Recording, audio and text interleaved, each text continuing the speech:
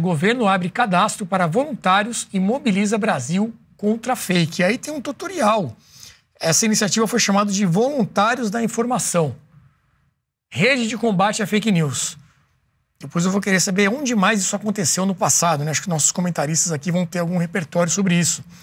E aí você tem essa primeira imagem, aí temos outras imagens que tem ali o passo a passo para você fazer essas denúncias. Então, se você acha que o seu vizinho, até um parente, está falando alguma coisa que é considerada fake news pelo governo, você vai lá, faz essa denúncia e sabe-se lá o que eles vão fazer com essa informação, né? Temos aí duas imagens com esse passo a passo, literalmente, tá ali, ó, passo 1, abra ali a conversa, envie ali o que está sendo falado e por aí vai.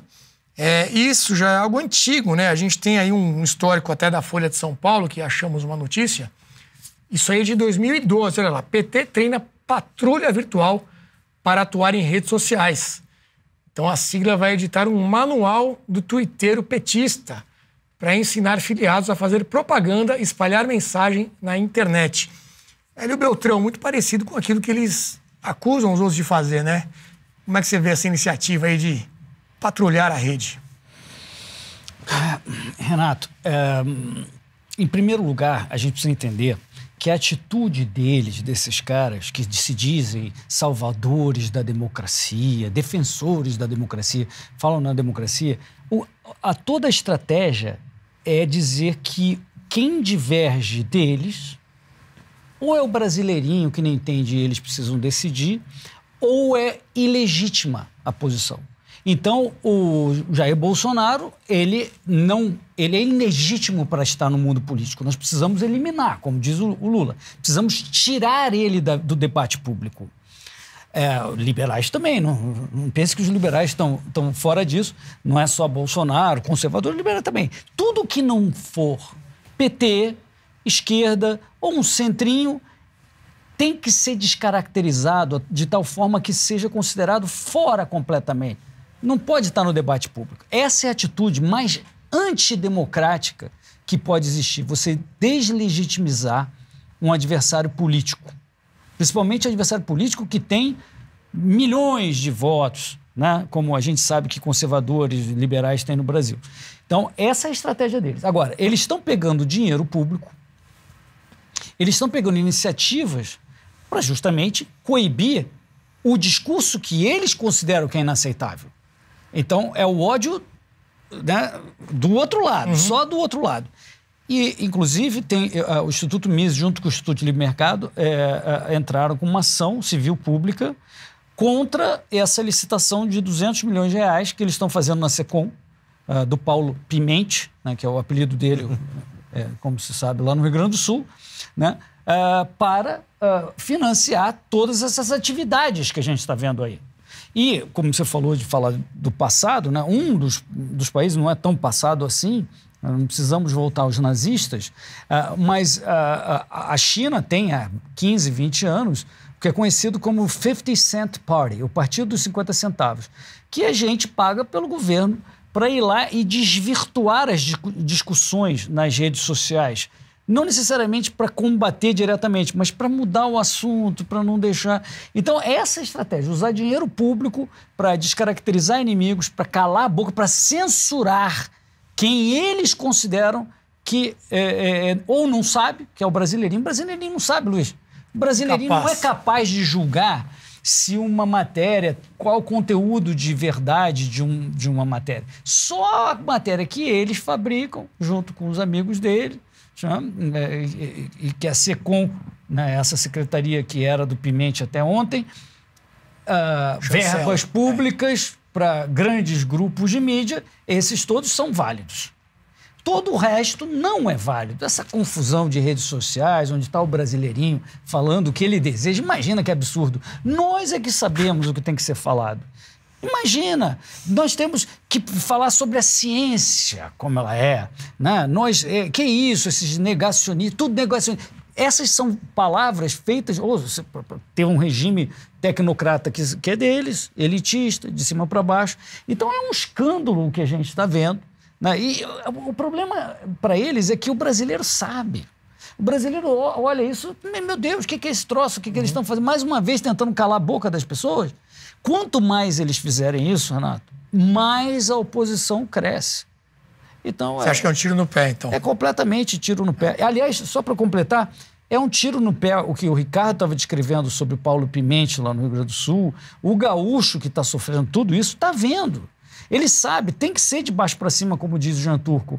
Essa verba, claro que tem que ser liberada pelo governo federal, mas quem tem que decidir é quem está na ponta. É o município, é o Estado no limite que tem que decidir.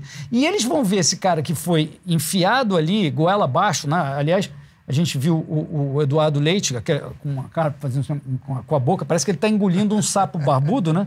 Só que esse sapo barbudo engoliu ele.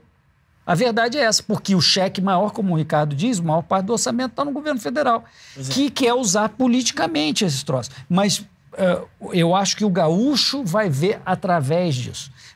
Sabe muito bem o jogo que está sendo jogado aí e que é mais um jogo desses caras que esses sim são antidemocráticos. Vamos ouvir o Jean Turco, então, sobre tudo isso que a gente falou nos últimos minutos. Bom, olha, assim, no mérito, não há o que dizer, concordo com tudo. Obviamente, assim, na verdade, o que está acontecendo agora é só aparente, porque isso já vem acontecendo já faz muito tempo. Eles têm essas estruturas e pessoas pagas para fazer isso, inclusive robô, já faz muito tempo, né?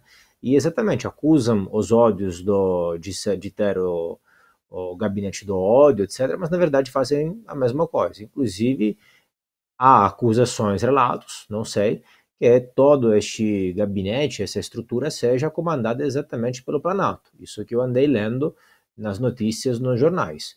E nunca vi uma resposta a isso. Deveriam, na verdade, esclarecer se isso é verdade ou não. Então, que bom que pelo menos agora esteja sendo feito às claras.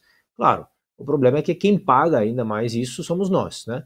Agora, eu sempre tenho a preocupação, Renato, de assim, pensar a quem discorda de nós. Talvez não seja muito nosso público, né? Mas assim, quem pode estar pensando neste momento, mas é bom que se lute contra as fake news, etc. Bom, teoricamente falando, assim, sim, ninguém gosta de mentira, né? Isso é óbvio. Óbvio que a mentira não faz bem ao debate público. O ponto é se isso é possível, e se isso é verdade, se é possível eliminar a mentira da humanidade, da sociedade, do debate político, que é muito mentiroso por definição.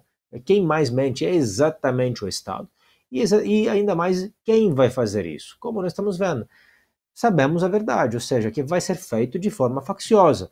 Porque se nós fizermos aqui uma lista das fake news que favoreceram o governo e que não são investigadas, que não ficaram no inquérito do fim do mundo, inclusive públicas, inclusive feitas por pessoas famosas, por jornalistas famosos, por canais famosos que não entraram no inquérito, a lista terminaria amanhã.